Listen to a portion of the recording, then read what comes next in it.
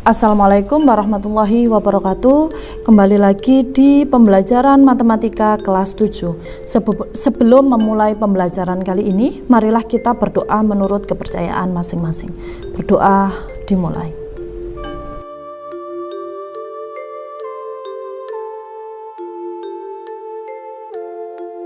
Berdoa selesai.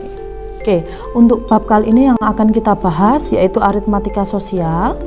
Nah, di mana kompetensi dasar yang akan kita pelajari adalah mengenal dan menganalisis berbagai situasi terkait aritmatika sosial. Yang kedua yaitu menyelesaikan masalah berkaitan dengan aritmatika sosial. Untuk tujuan pembelajaran kali ini, peserta didik diharapkan mampu mengenal dan menganalisis bunga tunggal dengan teliti dalam kehidupan sehari-hari. Kemudian yang kedua adalah menyelesaikan masalah dalam kehidupan sehari-hari tentang bunga tunggal inilah dengan adil dan bijaksana. Oke, sudah siap anak-anak? Yaps.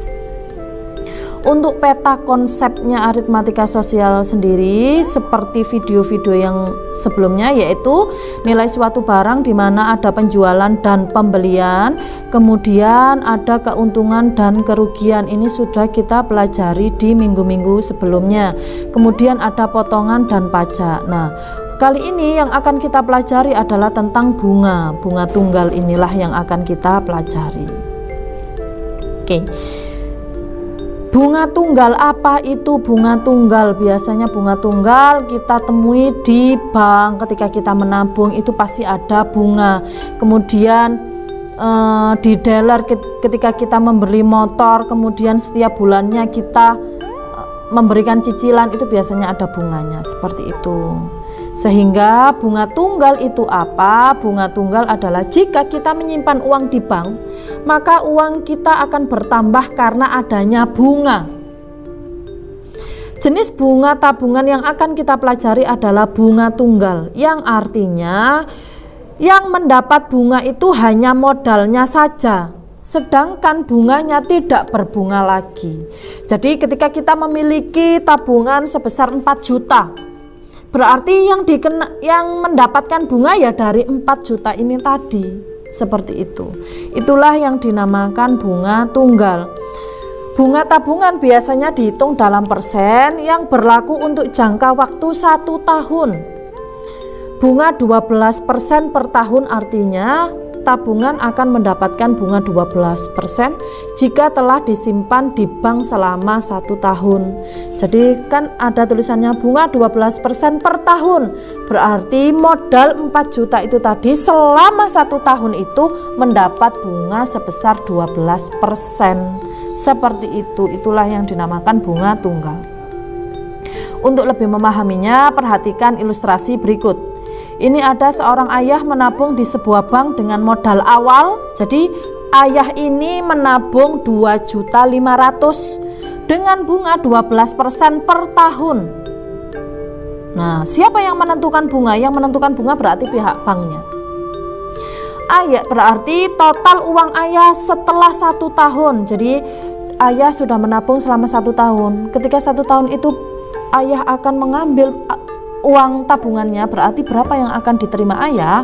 Oke, kita hitung.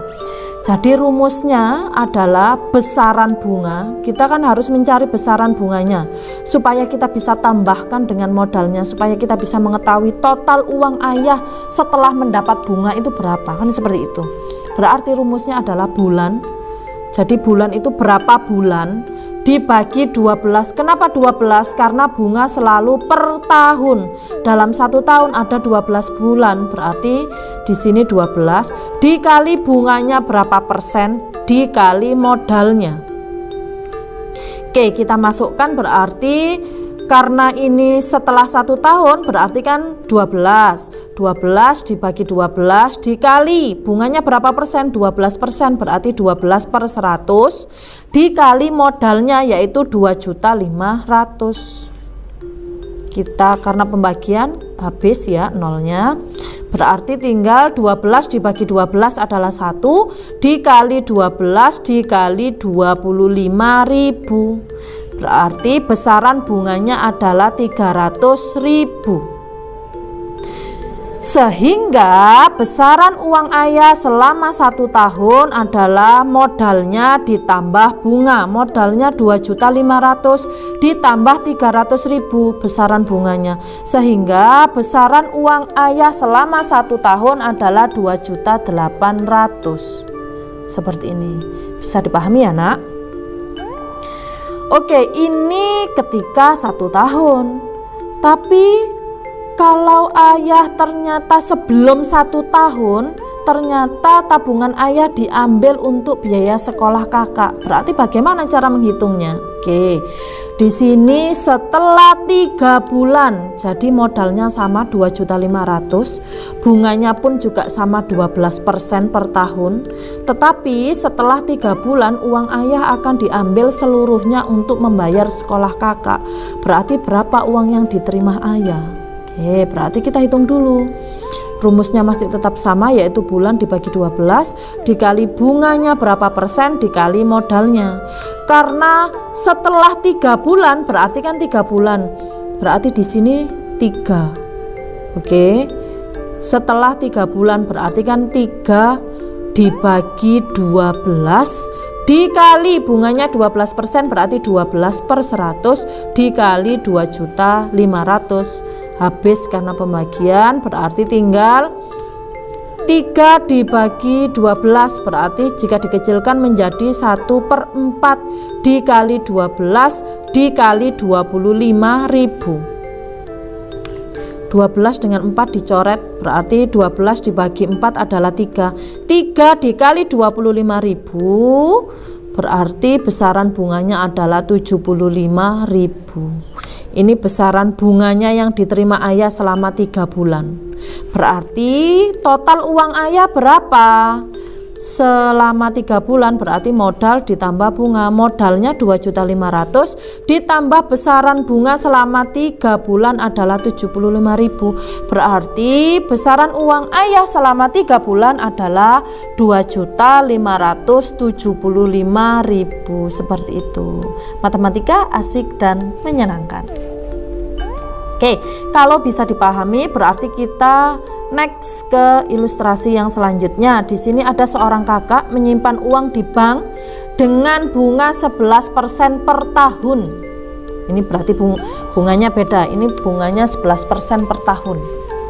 Jika selama 5 bulan kakak menerima bunga sebesar 55.000, berarti modal tabungan awal kakak berapa? Berarti di sini kita mencari modal awal, tabungan awalnya berapa. Ya sudah, kita masukkan aja rumus yang ini. Besaran pajaknya diketahui, besaran bunganya diketahui 55.000, kita tulis 55.000. Bulannya berapa? Oh, jika selama 5 bulan kakak menerima bunga, berarti bulannya adalah 5. 5 dibagi 12 dikali bunganya adalah 11%, berarti 11/100 dikali modal. Karena modalnya tidak diketahui, maka akan tetap saya tulis modal. Kemudian dari sini 5 dikali 11 menjadi 55, 12 dikali 100 menjadi 1.200. Nah, berarti karena kita tujuannya mencari modal, maka yang ini kita pindah ruas ke sebelah kiri. Awalnya perkalian berarti menjadi pembagian, berarti 55.000 dibagi 55 dibagi 1.200 sama dengan modal. Nah, untuk memudahkannya berarti modal sama dengan 55.000 dikali, ini kan awalnya pembagian. Untuk memudahkan menghitung maka kita jadikan perkalian. Ketika dijadikan perkalian maka yang ini harus dibalik.